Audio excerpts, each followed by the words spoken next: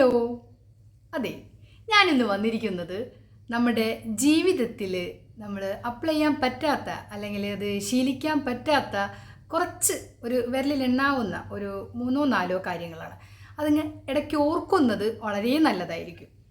ഇപ്പം പലർക്കും അറിയാമായിരിക്കും, എങ്കിലും ഇങ്ങനൊരു വീഡിയോ കേൾക്കുമ്പോൾ ഒന്നുകൂടെ നമ്മളുടെ ഉള്ളിലേക്ക് അതൊന്ന് കുറച്ചും കൂടി ഇത് ആഴത്തിൽ ഇറങ്ങിച്ചേരും. അപ്പോൾ ഞാൻ എന്നെ പരിചയപ്പെടുത്താം. എൻ്റെ പേര് സഫിയ ഷഫീഖ്.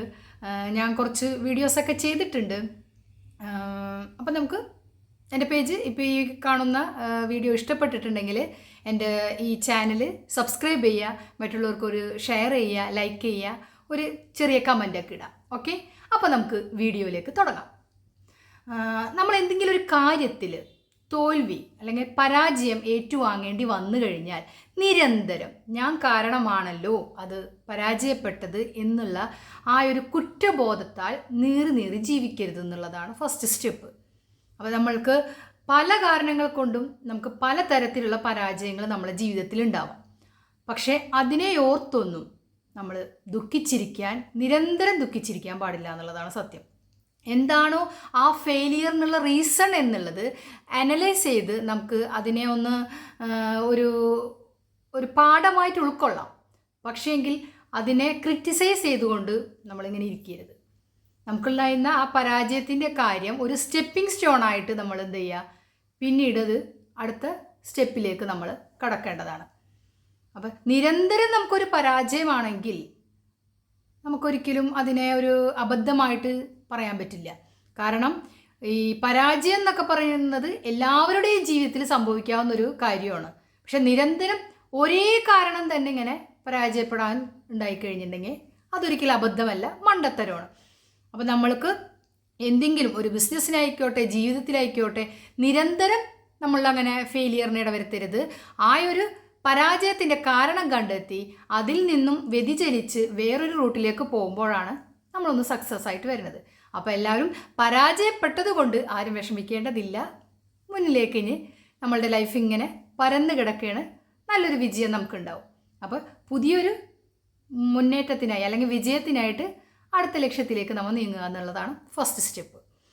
ഇനി രണ്ടാമത്തേത് വെച്ച് കഴിഞ്ഞിട്ടുണ്ടെങ്കിൽ, അപ്പോൾ ഒന്നുകൂടി ഞാൻ ഓർമ്മിക്കുകയാണ്, പരാജയത്തിൽ തന്നെ നമ്മളിങ്ങനെ ദുഃഖിച്ചിരിക്കരുതെന്നാണ്. ഇപ്പോൾ എന്തെങ്കിലും കാര്യത്തിൽ ബിസിനസ് ചെയ്തിട്ട് പരാജയപ്പെട്ടവരോ, അല്ലെങ്കിൽ റിലേഷൻഷിപ്പ് പരാജയപ്പെട്ടവരോ, അല്ലെങ്കിൽ അവർ അക്കാദമിക് ലെവലിൽ പരാജയപ്പെട്ടവരോ, അവരൊന്നും ആ ഒരു പരാജയം കൊണ്ടുള്ള വിഷമത്തിലൊന്നും ഇരിക്കേണ്ട. ഒരു ജോലി നഷ്ടപ്പെട്ടിട്ടുള്ളവരോ അങ്ങനെ ആരും അതിൻ്റെ ഒരു ഭീതിയിലും വിഷമത്തിലും ഇരിക്കേണ്ടെന്ന് സാരം.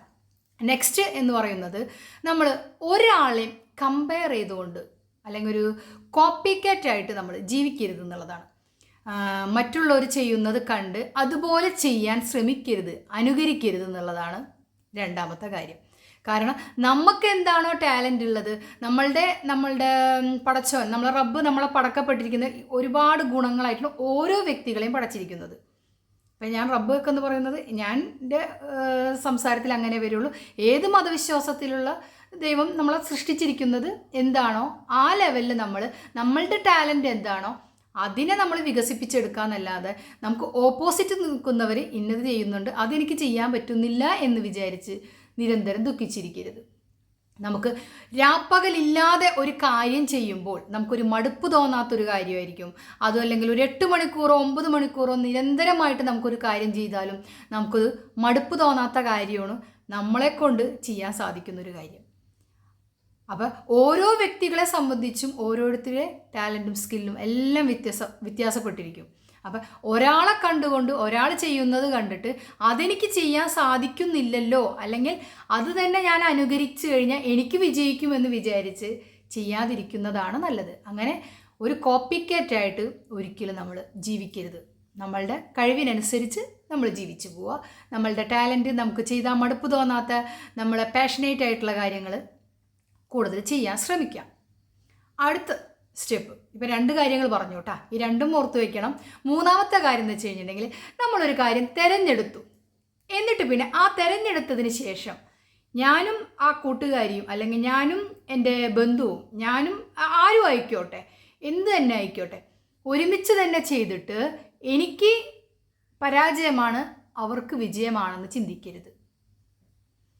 അപ്പോഴും മറ്റുള്ളവരെ കണ്ടുകൊണ്ട് നമ്മൾ ജീവിച്ചു കഴിഞ്ഞാൽ അവർക്ക് അവരുടെ കഴിവിനനുസരിച്ച് അവർ ഉയർന്നിട്ടുണ്ടായിരിക്കാം. അപ്പോൾ ഒരു കാര്യം തിരഞ്ഞെടുത്ത് കഴിഞ്ഞിട്ടുണ്ടെങ്കിൽ നമ്മൾ പരമാവധി അതിൽ പ്രവർത്തിക്കുക എന്നുള്ളതാണ്. ഒരിക്കലും അതിലും നമ്മൾ കമ്പയർ ചെയ്യാതിരിക്കുക. നമ്മളുടെ ഒരുമിച്ച് പഠിച്ചവർ അല്ലെങ്കിൽ നമ്മളെക്കാട്ടിലും മാർക്ക് കുറഞ്ഞവർക്ക് ഒരു പക്ഷേ വലിയ ബിസിനസ് സാമ്രാജ്യം പടുത്തുയർത്തിയിട്ടുണ്ടായിരിക്കാം, വലിയ വീട് വെച്ചിട്ടുണ്ടായിരിക്കാം, ആഡംബര വാഹനങ്ങൾ ഉണ്ടായിരിക്കാം. അതൊന്നും കണ്ടിട്ട് നമ്മൾ പരാജിതനാണെന്നും അതുപോലെ തന്നെ അവർ വിജയികളാണെന്നും വിചാരിക്കേണ്ട കാര്യമില്ല.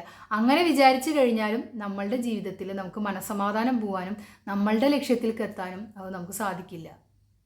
അപ്പം ആ വക കമ്പാരിസണും നമ്മൾ ചെയ്യരുത്.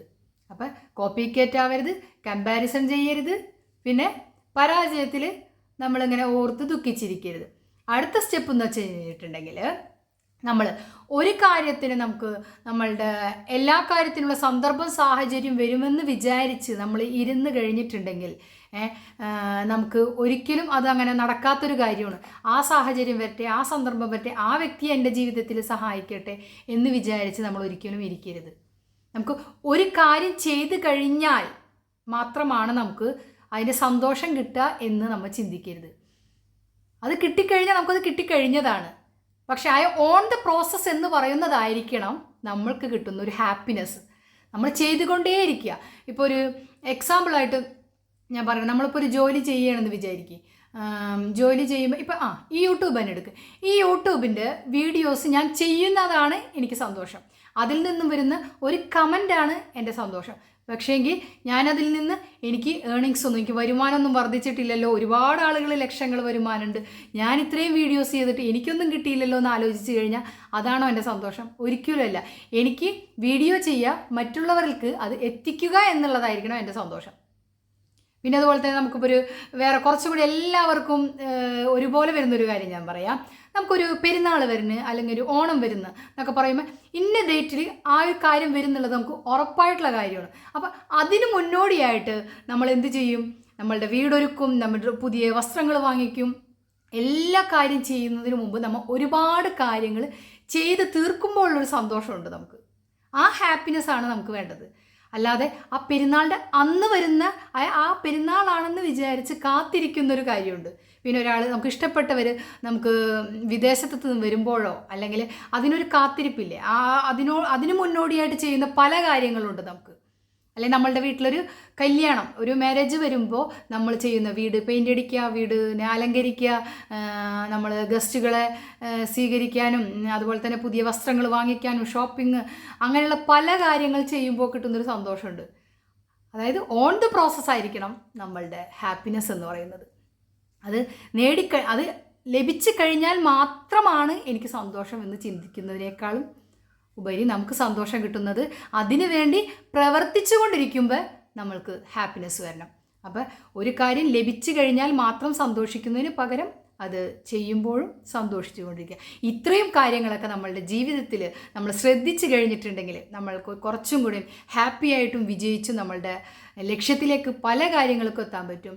അപ്പോൾ ആരായിട്ടും കമ്പയർ ചെയ്യാതിരിക്കുക, കോപ്പി കാറ്റ് ആവാതിരിക്കുക, പരാജയത്തിൽ ദുഃഖിതരാവാതിരിക്കുക, പിന്നെ ചെയ്തുകൊണ്ടിരിക്കുന്ന പ്രവൃത്തിയിൽ നമ്മൾ സന്തോഷം കണ്ടെത്തുക. ഇത്രയൊക്കെ ചെയ്ത് കഴിഞ്ഞിട്ടുണ്ടെങ്കിൽ നമുക്ക് എന്തിനും ഒരു എനർജി നമ്മളിലേക്ക് വരും.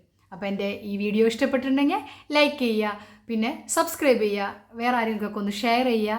പിന്നെ എൻ്റെ ക്ലാസ് ആവശ്യമുള്ളവർ എൻ്റെ വാട്സപ്പ് ഗ്രൂപ്പിൽ അംഗമാവുക. ഓക്കെ, അപ്പോൾ നമുക്ക് ചെറുതും വലുതുമായിട്ടുള്ള പലതരം ക്ലാസ്സുകൾ അതിലുണ്ട്. നിങ്ങൾക്ക് എന്ത് തന്നെയായാലും നിങ്ങളുടെ ജീവിതത്തിൽ ഉപകരിക്കപ്പെടുന്ന രീതിയിലുള്ളതായിരിക്കും ക്ലാസ്സുകളൊക്കെ. അപ്പോൾ ജോയിൻ ചെയ്യാൻ ശ്രമിക്കുക താല്പര്യമുള്ളവർ. അങ്ങനെ സെപ്പറേറ്റ് ക്ലാസ്സിനൊക്കെ നമുക്ക് ചെറിയ ഫീസ് ഈടാക്കുന്നതാണ്. പിന്നെ അതുകൂടാതെ ഇടയ്ക്ക് ഒരു ഫ്രീ ക്ലാസ്സൊക്കെ നെക്സ്റ്റ് മന്ത് തുടങ്ങി ഒരു ചെറിയ ഫ്രീ ക്ലാസ്സൊക്കെ വെക്കാവുന്നതാണ്. അപ്പോൾ ജോയിൻ ചെയ്യാൻ താല്പര്യമുള്ളവർ വാട്സപ്പ് ലിങ്കിൽ ജോയിൻ ചെയ്തോട്ടാ. അപ്പോൾ വീണ്ടും അടുത്ത വീഡിയോ ആയിട്ട് കാണുന്നത് വരെ ബായ്.